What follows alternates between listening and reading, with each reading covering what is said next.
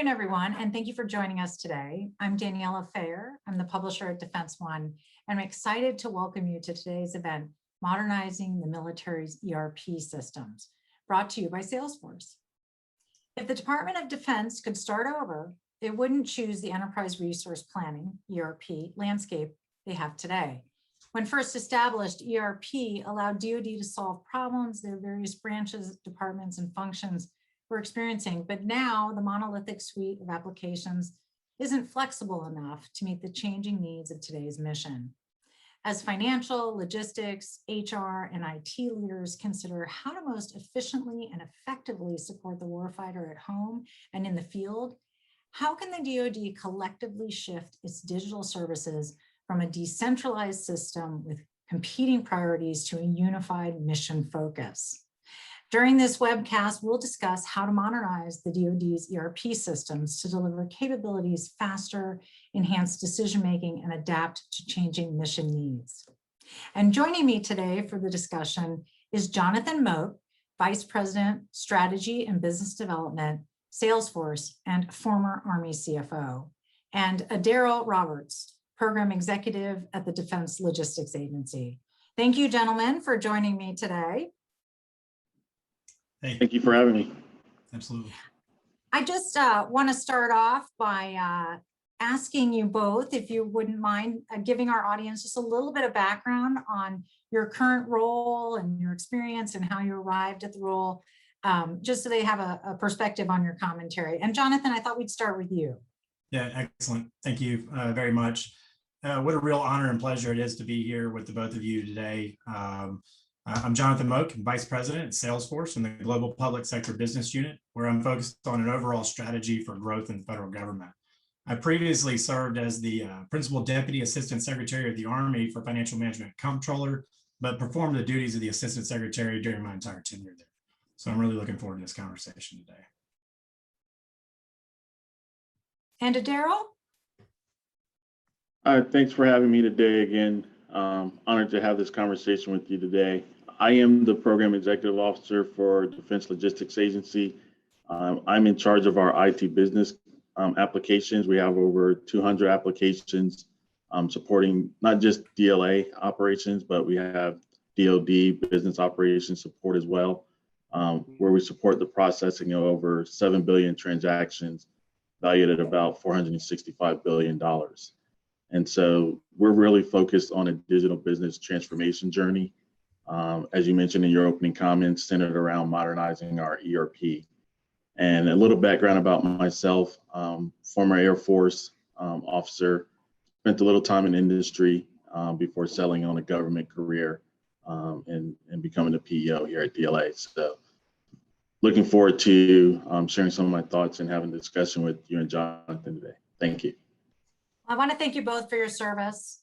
Really appreciate your dedication, both of you, in your past and your current roles. And let's just dive in here on where are agencies currently in ERP modernization journeys. And Daryl, I'm going to ask you to start because you're in the thick of it. And then Jonathan, I thought you could follow him on and talk about what you're seeing in the market and also what your experience was at the Army. Sure.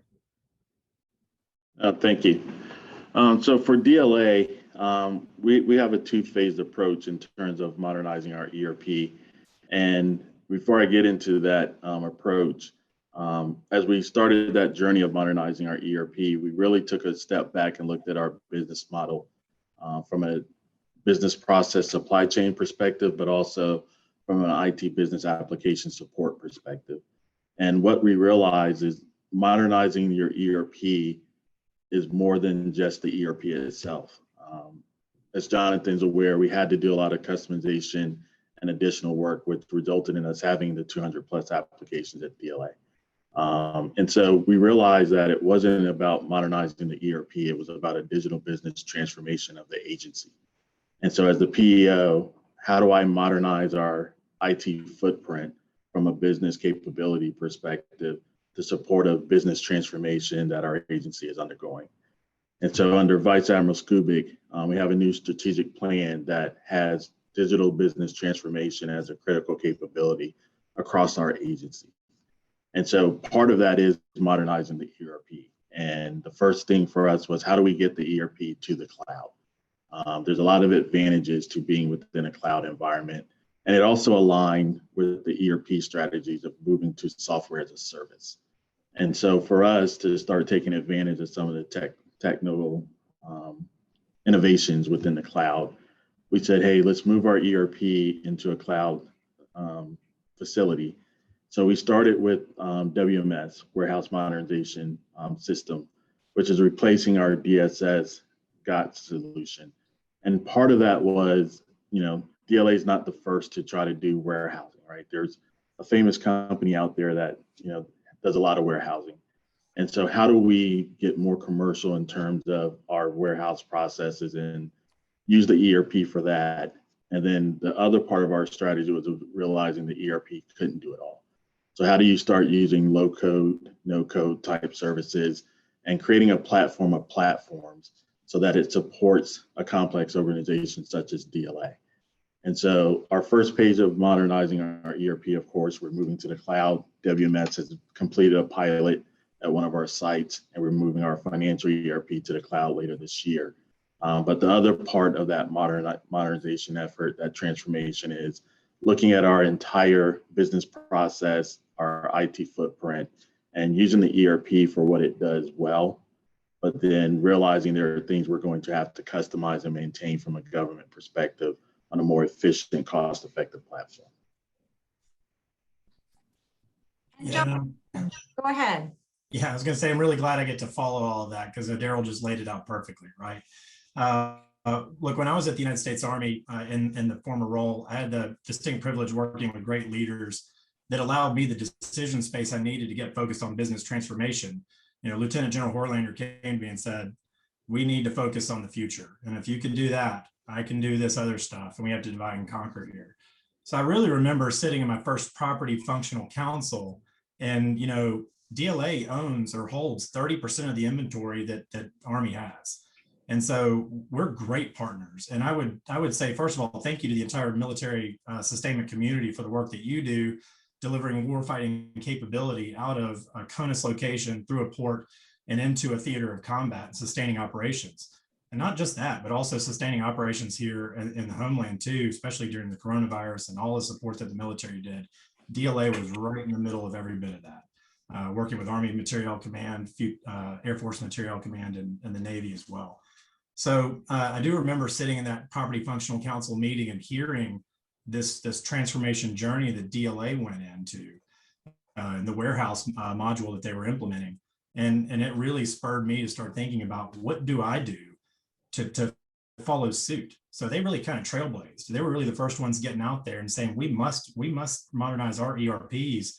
And so I came back and started communicating with the Undersecretary, the Office of Business Transformation, the CIO G6 shop, and thinking about, what do we do here?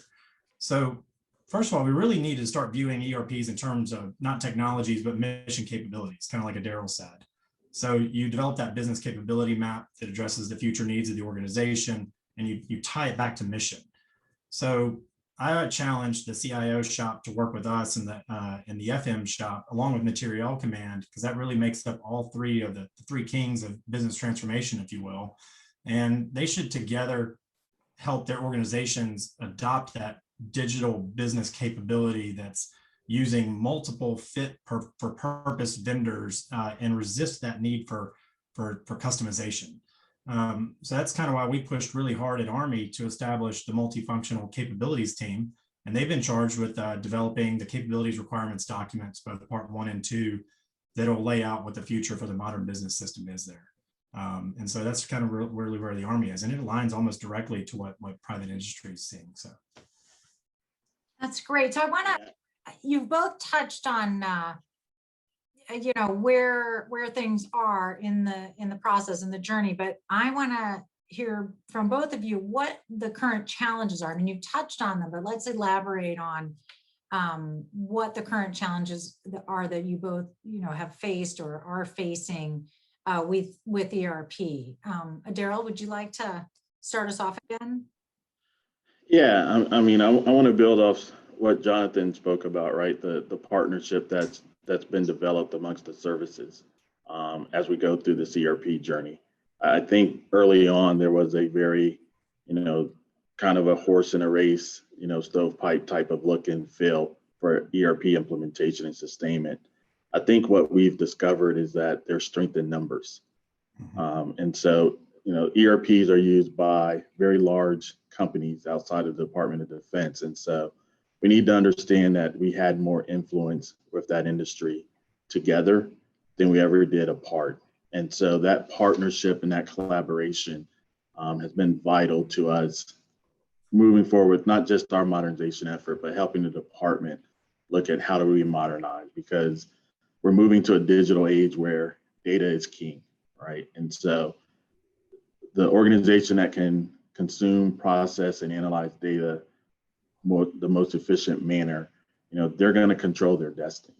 And so we've realized that in the department. You have the new chief data officer, everyone's looking at their data architecture, analytic platforms.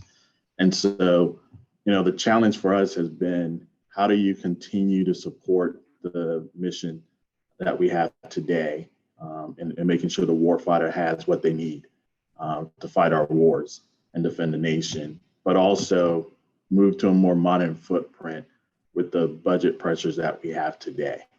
No one's getting additional money or funding to make these things happen, but we know we have to get there. And so the challenge has been to balance sustainment against modernization transformation, but then also the cultural buy-in. IT doesn't fail, but how we implement IT and communicate that change will make you fail. And so that's been a big challenge for us, is that culture and change management aspect of everyone at each level of the organization understanding why we're going through this transformation, why it's needed, how it's actually going to support you as a workforce moving forward. Because whenever the workforce hears about IT improvements, automation, anything dealing with technology, the first instinct is, well, what about my job? And so we've been very focused on making sure everyone understands this is to enhance employee performance, not to replace employee performance. So we spend a lot of time and effort on the change management and the culture aspects of our IT change as much as the technical change itself. Yeah, Great. absolutely. Absolutely. I think you hit it out of the park again. So it's the current challenges with ERP. Everybody understands that ERP is inflexible, slow pace of change. A system change request takes a long time to push through. There's a lot of expense. And as Daryl said, the limited availability of resources. We know that top line is coming down in the Department of Defense. And that sort of is the impetus for change, though. Come the thing to say why you must change management aspect that Daryl was touching on. I talked a lot about people, process, technology, and policy when I was at Army, and it was really this change management way of looking at things. And we implemented pillars for acceleration, with foundational pillars around inspiring innovation and developing the workforce and building the bench and aligning our culture, and enhancing communication. And those are the things that your employees want to feel and need, so they trust you. If they trust you, they'll follow you anywhere, because you're not replacing a capability, but we will reskill you and we'll upskill you, and we'll get you prepared for the 20th century or the 21st century and whatever the information age, so that you're coming along with us in this journey. I used a good example in a conversation at Army about Big Blue, the computer, versus Kasparov in chess. Big Blue could beat Kasparov, but when Kasparov and Big Blue got together, they could beat Big Blue. You have to have the human context. Machines will never fully replace humans, I don't think, maybe not in my lifetime, but you got to have the human context. So that's that change management piece that I really think that Daryl hit out of the park there. So improving user expectations, digital service and automation, improving the data and the data model and the logic model, so that people have better experiences with their systems. Those are the things that are going to be really key to the challenges you face with the modernization of your ERP. Yeah, and Danielle, if I could follow up, because Jonathan made me think of some other things we've done. It's from a program perspective, PO perspective, um, it's cost, schedule, performance. That's what the department always asks a program manager about. And so what we've also learned is the success of this type of transformation goes beyond cost, schedule, performance. And so we've expanded our view to look at, we call it 5 lenses to include strategy and governance, because it's the why you're doing what you're doing and how are you going to manage the change, the transformation that you're looking for. And so, my PMs are focused on not just the, hey, did I spend what I said I was going to spend and deliver what I said I was going to deliver, and is it up and running? Because that transformation, that culture, that change management, you don't know until you deploy it. And then the person sitting at the terminal utilizing that capability, they either like it or they hate it. And so when you start talking about data, garbage in, garbage out. If I dread going into an application every day to do my job, I'm going to put in the information that I know will get me to finish with the task, as opposed to saying, hey, did I really put the right information in that's useful at levels above where I'm processing it? And so, we've made a distinction between, hey, what are the strategic objectives of this application? But then there's also the practical use of the application of the people that are going to really help us to make strategic decisions by the data they input within that system. And so we've made that a focus. And, to Jonathan's point before, I don't talk about applications within, our organization. When I have conversations with the functional community, we talk about business capability, because what we've also done within the department, we fell in love with applications. And so we don't want to get rid of something that, has been with us from the beginning of our career, because that's all we know. And so we have capability discussions with our community, and then we choose the right technology behind the scenes, as opposed to predisposing a decision based upon someone's love or affection for one application over another. Whenever I have these conversations, I'm always fascinated by the cultural barriers, or the people issues here. So that, those are what you're describing. I want to pull it back down to the actual systems. What systems are you prioritizing for ERP, given what we've just talked about? And are there common challenges to this implementation, or are they unique across, the business units or the things you're trying to achieve? So I think they're as unique as we want to make them. Yeah. To Jonathan's point, whenever we have problems in our organization in terms of deciding a way forward, it's typically people and communication. And so when you look at our issues and challenges there, business process reengineering is huge when you talk about modernizing ERPs and doing business transformation. It's really taking a look at yourself and how you do business, how you conduct business daily, and say, how can I do this better and more efficiently? Not that we're doing a bad job today, because everybody who works in the Department of Defense, just outstanding in terms of what they do for the warfighter. But we always can get better, and we should always strive to get more efficient. And so that's what business process reengineering is about, is taking a truly independent look at ourselves to say, if I could change things for today in a perfect world, how should this business process work, given the technology advances that we have today? Is it internal policy process? Is it a regulation? Is it a law? And how do we go about changing that at the enterprise level? So to Jonathan's point, as we modernize our ERP, we've invited the Army and the Navy and others to see what we're doing, get a glimpse into our business process reengineering, so that if we think there's a law or regulation that needs to be changed to support the enterprise being more efficient, we're doing that as a enterprise, saying, hey, this will make DoD better. And it's not DLA going to try to get a change on their own. So I think there's that aspect of it, that the toughest for us at this point is making sure we stay dedicated to that teaming approach, and not getting bogged down by calendars and schedules, to where we just make irrational decisions. Jonathan, what are you seeing in terms of prioritizations?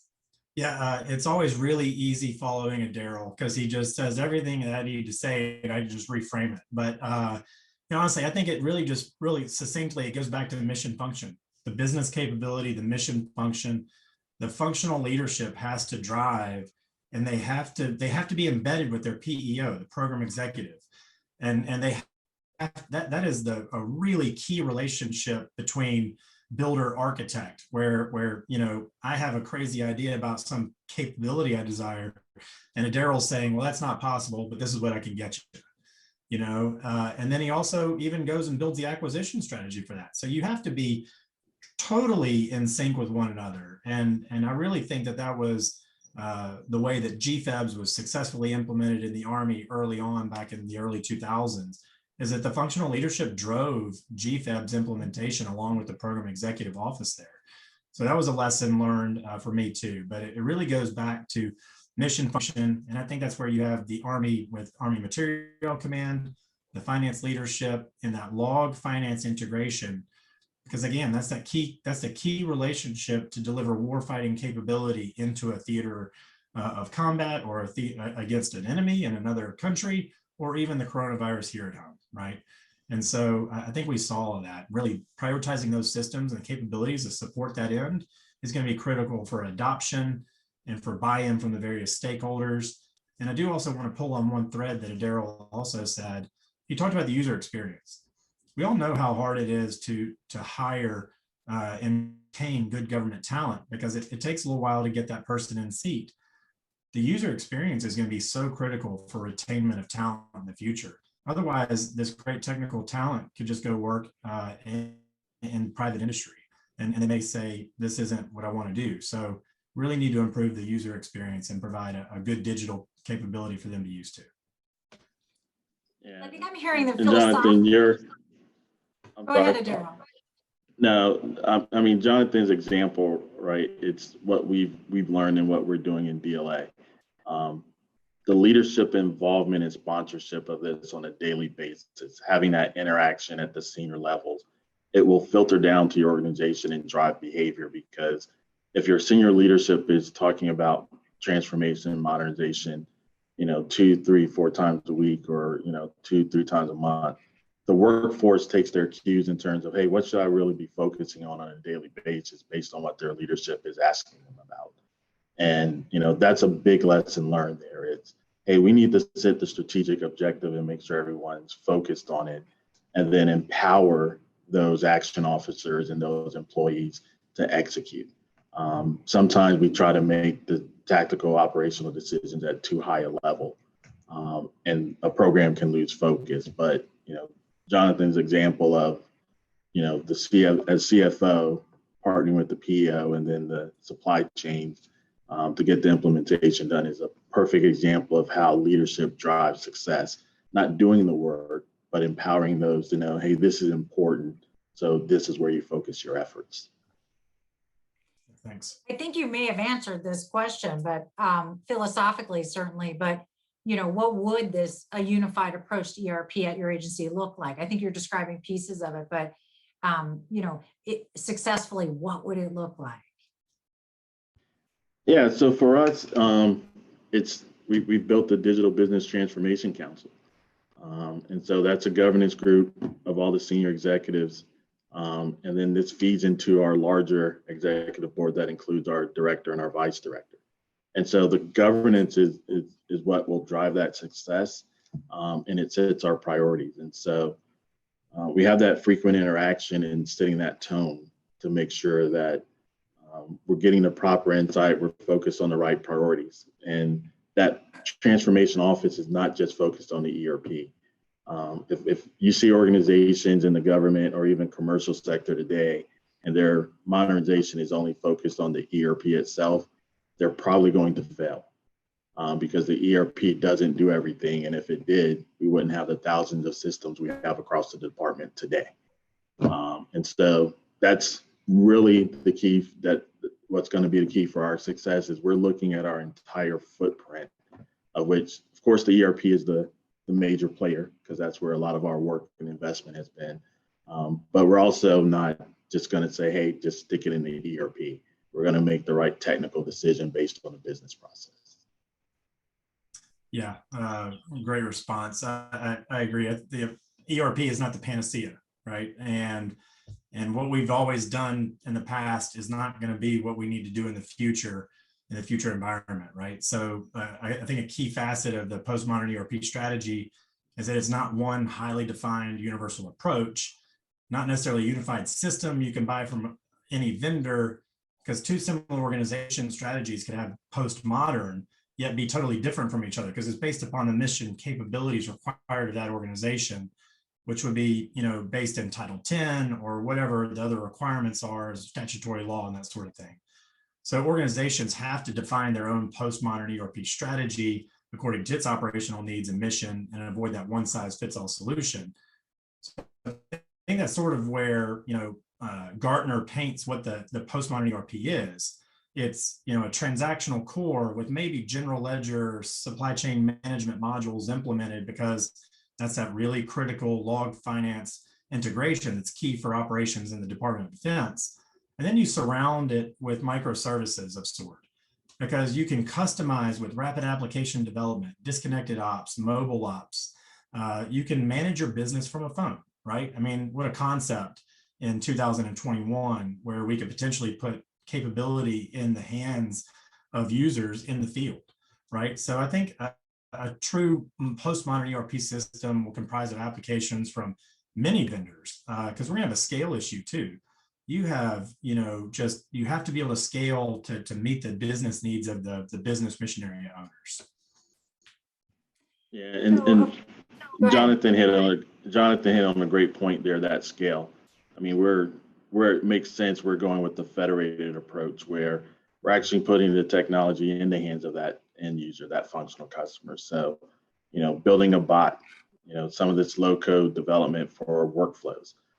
As a PO, I don't need to do that for you. I need to manage the software. I need to ensure production before it goes to production and meets all cyber concerns, compliance, and make sure it operates efficiently. But I don't need to actually do the development of your use case because you know it better than I do.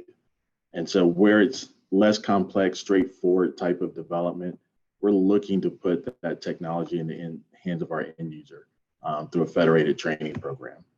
We're doing it for bots. We're going to do it for low code platforms.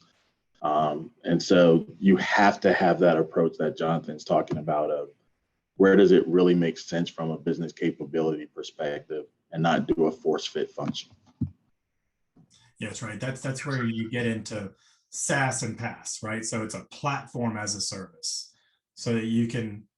It's like the old saying: "There's an app for that." If you have a business process that needs to be completed, let's build you an application. We can do it in a few weeks by configuring the objects in our platform versus a $20 million 2-year runway to a system change request. It's going to require a whole nother type of appropriation and get into a budget cycle. We all know the continuing resolution process hurts modernization and all of that. And, it's really critical to think about PaaS and SaaS solutions here. So gentlemen, my favorite question that I like to ask, because I think this is what the audience is really interested in, and I know it gets me excited, but what impact could a modern ERP system have on the mission? What are the possibilities here? Either one of you, jump in. Daryl, I got a good story here. You've always heard this statement about in the comptroller shop, your job is to provide accurate, timely data that's suitable for decision making. That statement never resonated so true to me when the Secretary of the Army would look straight at me in a meeting and say, I need to know X, and I need to know it yesterday. When you have to go back to the third corridor in the Pentagon, on the Army corridor there, on the Army floor, and go from ring to ring, asking for information and pulls from systems that end up in an Excel spreadsheet and then end up in a pivot table with trend line analysis. It's, the 1990s have called and they want their technology back. So it's, it really is important to build a system that can provide accurate decision making. When we look at just the finance side of the house, we think about the program, the budget, the execution, and disbursement from Treasury. And then we need to go a little further to outcomes. What are the programmatic outcomes? And if we can start to put a system together that tracks all of that at one straight line through, then now we have a way to pull levers to say this program is overperforming, it's hitting its outcome marks. Let's pull off a bit of that money and move it over here to a program that we have a lot of priority in, but it needs a little extra funding. And you can do that in current year as long as it's within reprogramming rules and all that.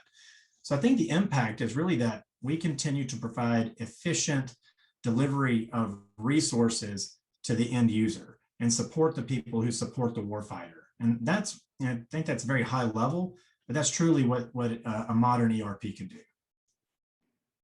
No, I couldn't agree more. I mean, let's just look at the past year with the pandemic. Exactly. We made it through as a department to support the nation, but we're already thinking about how that could have been better if we would have modernized, with some modernization efforts. Like I said, data sharing is going to be paramount to the future of this department. And we don't do that efficiently across our ERPs today. What the Army calls an apple, we call an orange, and vice versa. It's the same product, but because of how our ERPs are configured and constructed, it's a different data element. And so while modernizing the technology is important, I think data standardization is just as important to that modernization effort and coming to a common understanding of, what do we call things and what data is strategically important to us to resource and provide for the fight.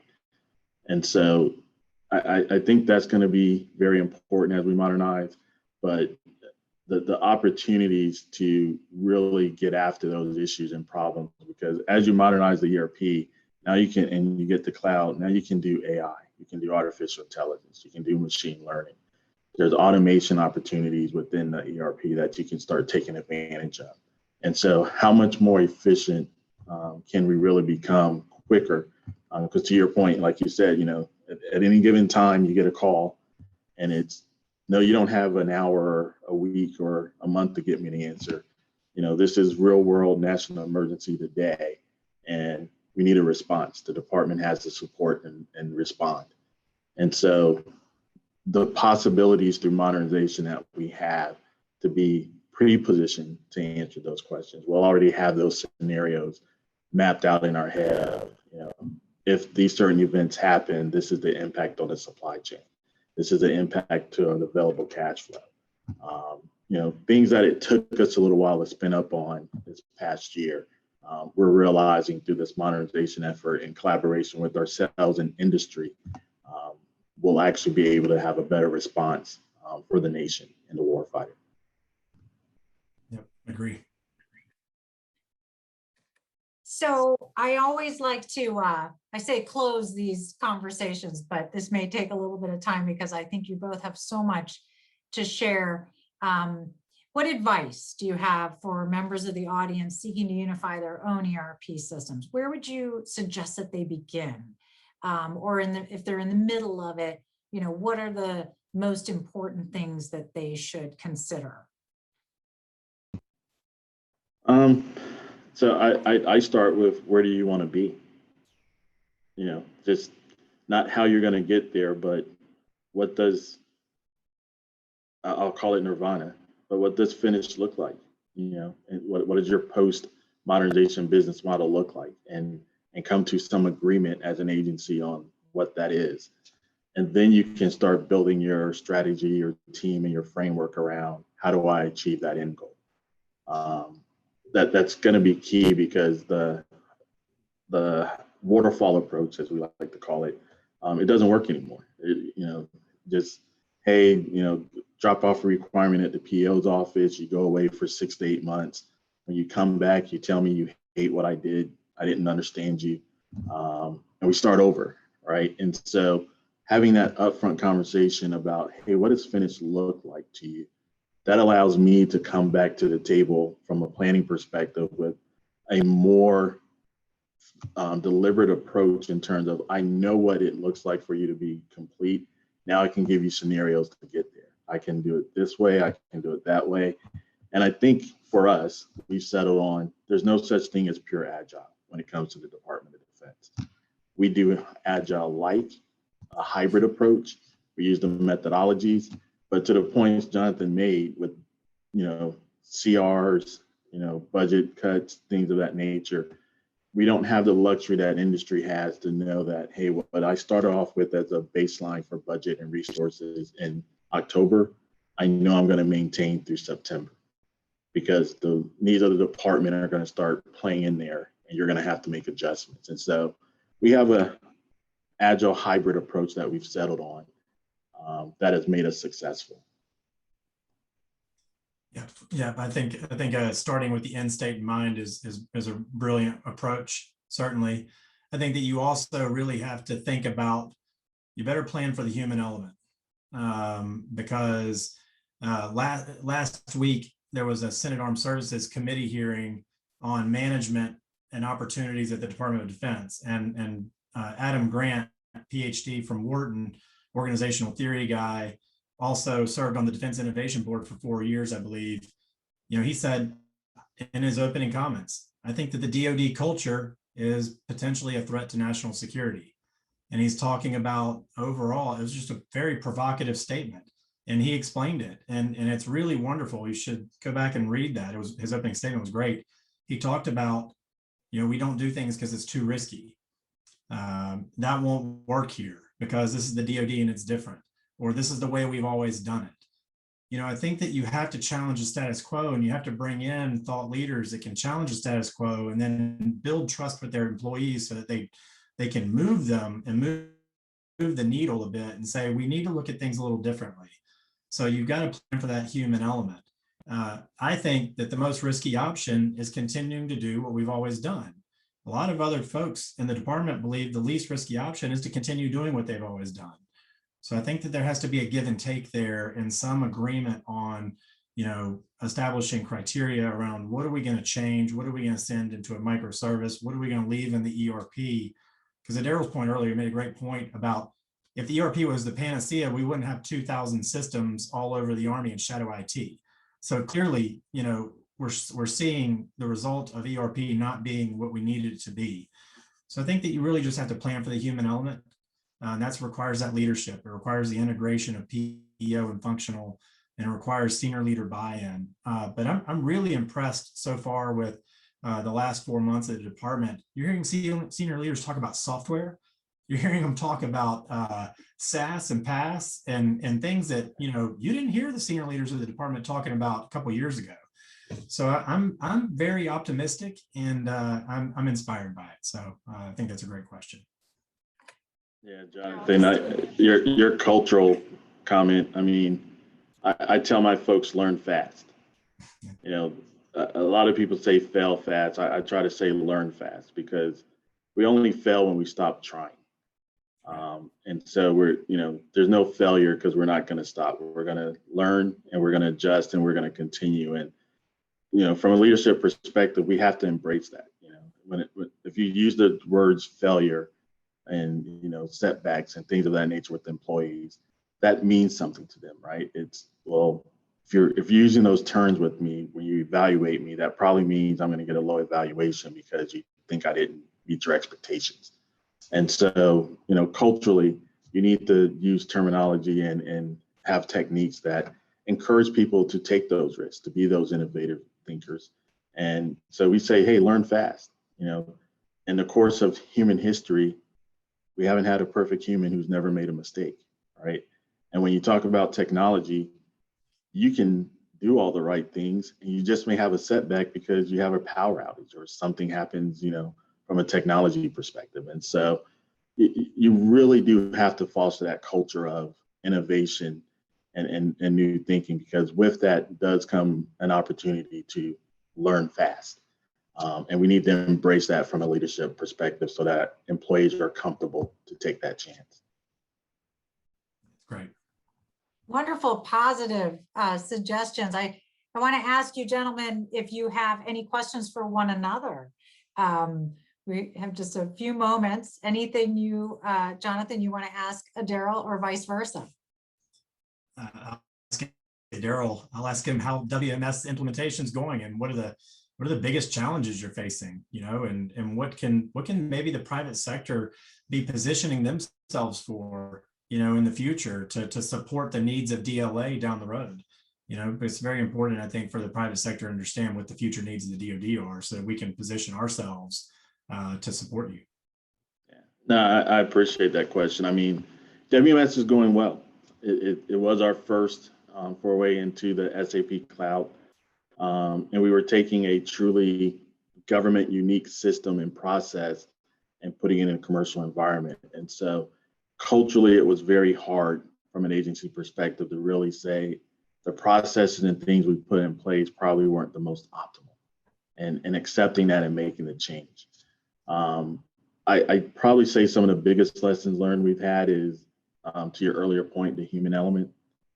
Not that there were bad things that happened, but ensuring you have that resiliency in every aspect of your program, because people get promoted, people retire, people just decide they want to do something differently. And so having the ability to continue with the project with as little disruption as possible whenever you have personnel changes, that's probably one of the biggest challenges we have as an agency, because anything you do with an ERP is not small.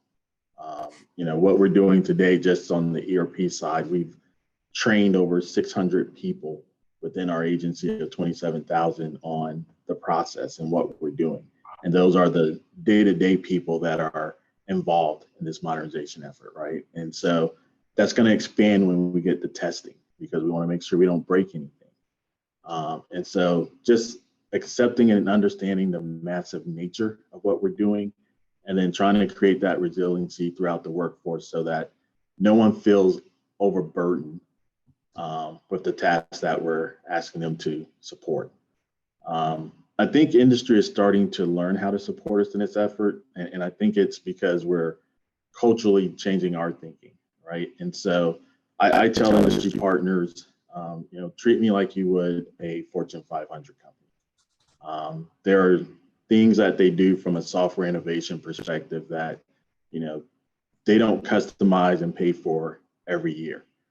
And so, if for us that have software providers that have supported us for years, it's, the first question I ask is, well, why are we still customizing something in your application and you've been through 3 technology roadmap upgrades? At what point do I become part of your baseline customer set that you have to support? And so I think it's important for industry to really leverage the knowledge that they've gained from working within the department for years. I think it's a positive when individuals like you, we'll call it crossing over to the dark side. And I say that because I used to be an industry person too, but it's good, right? Because I think that as industry engages with government, they need to understand that the government's not inferior to industry. And I think that's, proven by folks like yourself successfully moving to industry. And so as you approach the government about challenges that we have, it's not that we don't know how to address these issues, but how do you become a collaborative partner in helping us address our issues, as opposed to assuming we don't know how to address the issue. Yeah, that's such a critical point right there. It's the you haven't walked a mile in my shoes before, right? And understanding what it's like to be on the government side and the red tape, the fights every day, right? Anyway, yeah, that's great. Good answer. Yeah. So, and you kind of stole my question because, I did the reverse, right? I was military, then went to industry and came back to try to work it from this side. But I guess I'd like to hear more about your experience from being on the government side, pushing for change, and now you're in industry where you can affect it. And so what are some of your thoughts in terms of that transition? Yeah. Great question. First off, Salesforce has just been tremendous for me in my transition. It's been seamless. Just incredible support in our Ohana, we call it our family at Salesforce. And going to industry and the product side was, I thought, going to be a challenge because I'd spent some time at Deloitte previously on the consulting side.